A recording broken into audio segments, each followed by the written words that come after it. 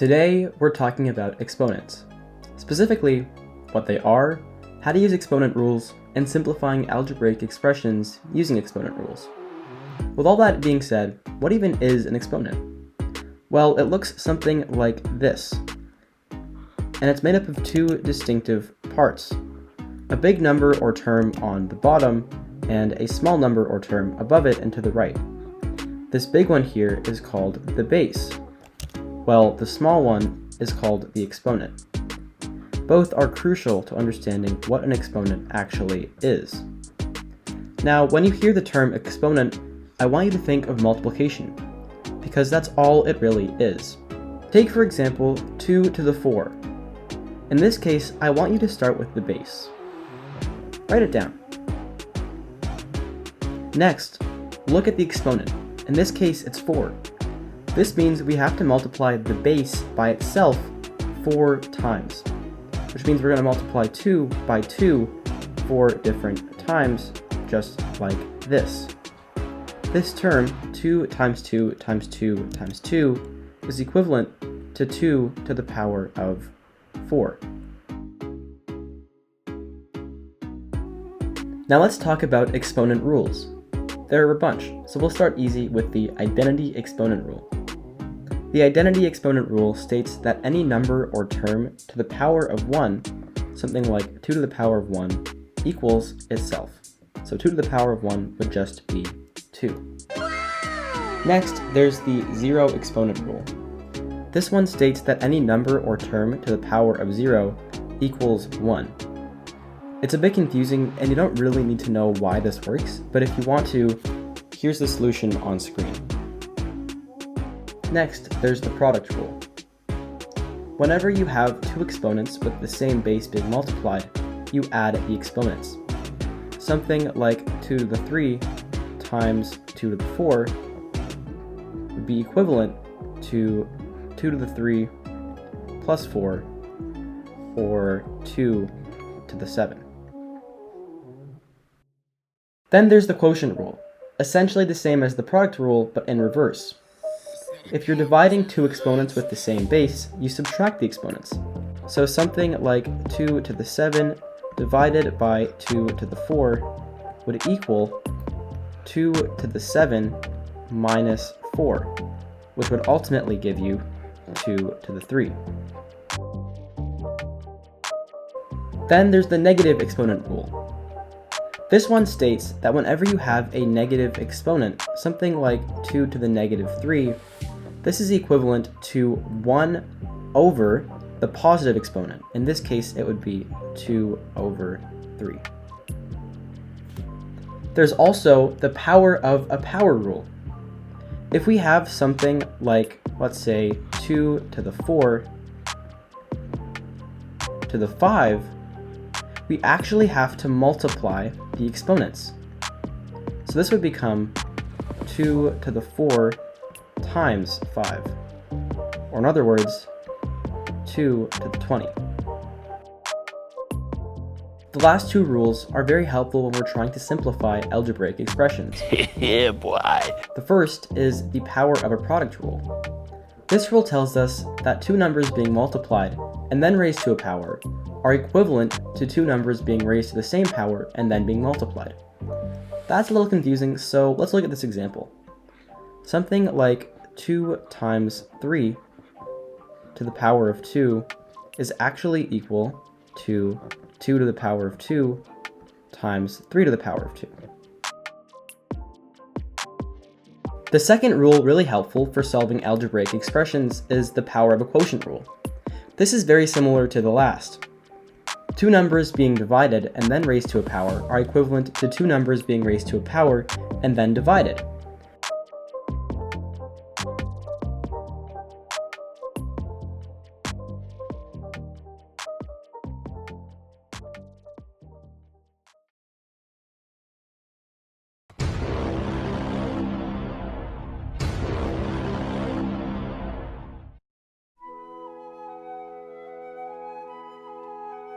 Feel free to pause the video here and try to figure it out yourself.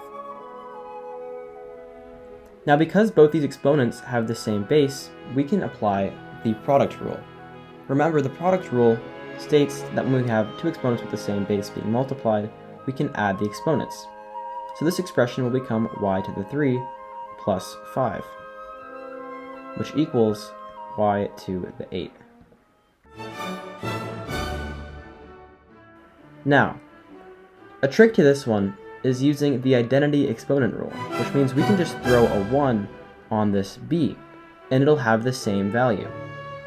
Now that we know that, we can use some simple rules, like the product rule, to finish the question. Remember, we can't just add up all the numbers though, because the bases aren't all the same. First, we should add up the a's, like this, and then the b's after. Make sure you don't combine them all into one number. So here's how we'll do it.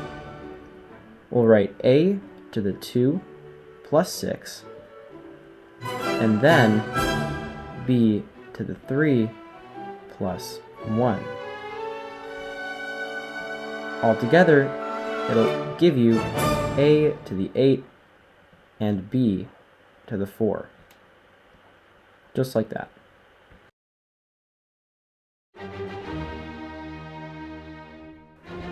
Now, don't get tricked. The bases here are actually the same. In this case, the base is p. However, the coefficients are different. So be careful when you're doing this question.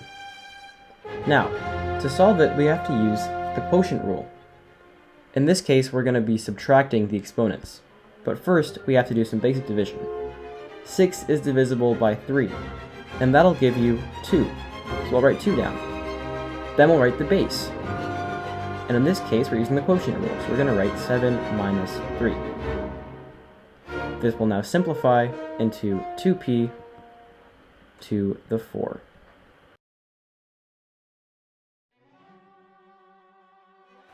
Now, that's a lot, but let's start simple. First thing to do in this kind of situation is we want to start by collecting our like terms. We'll start with the coefficients first. So, this expression is going to equal negative 2 times 8 times, let's move on to u, times u squared. Then there are the v terms. So this is going to be times v cubed times v squared. And that's going to be over what? Well, this is just going to be over 4 squared u squared. This is a little tricky here, but we're going to keep this one like this. V squared and squared again. Now that we've collected our like terms, we can use exponent rules to simplify it. Let's start at the top. Negative 2 times 8 is going to be negative 16, so we'll write that in. Next we have u times u squared. So that's going to be our product rule. And what we're going to do is we're going to write times u to the 1 plus 2. Next is v. In this case, we're going to do the exact same thing since we're still multiplying. So we're going to write v to the 3 plus 2, like that. And there we go.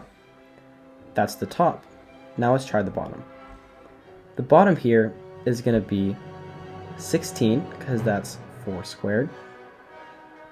16 u squared, already simplified. And now remember, we have to use our power of a power rule.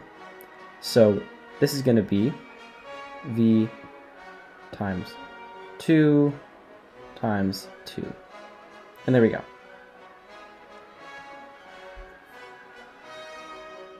Now all we have to do is follow what we wrote. So we're going to write negative 16 times u to the 3, because that's 1 plus 2, times v to the 5, because that's 3 plus 2. And that's going to be over what? Well, this is going to be 16 u squared, along with v to the 2 times 2 is going to be 4. Now we just divide. Here's what we're going to do. We start with negative 16 divided by 16. That leaves us with what? Well, that's just going to be -1. Remember, we don't write 1s when they're coefficients, so we'll just leave that as a negative sign. Next, we have u. In this case, we're dividing u to the 3 by u to the 2, which means we have to write u to the 3 minus 2, because we're using the quotient rule. Then there's v. This is going to be v to the 5 minus 4. Same thing as before. Sum it all up and you get negative uv. I hate to be that guy, but if you found this video helpful, please consider dropping a like or subscribing. It really helps the channel. So, yeah.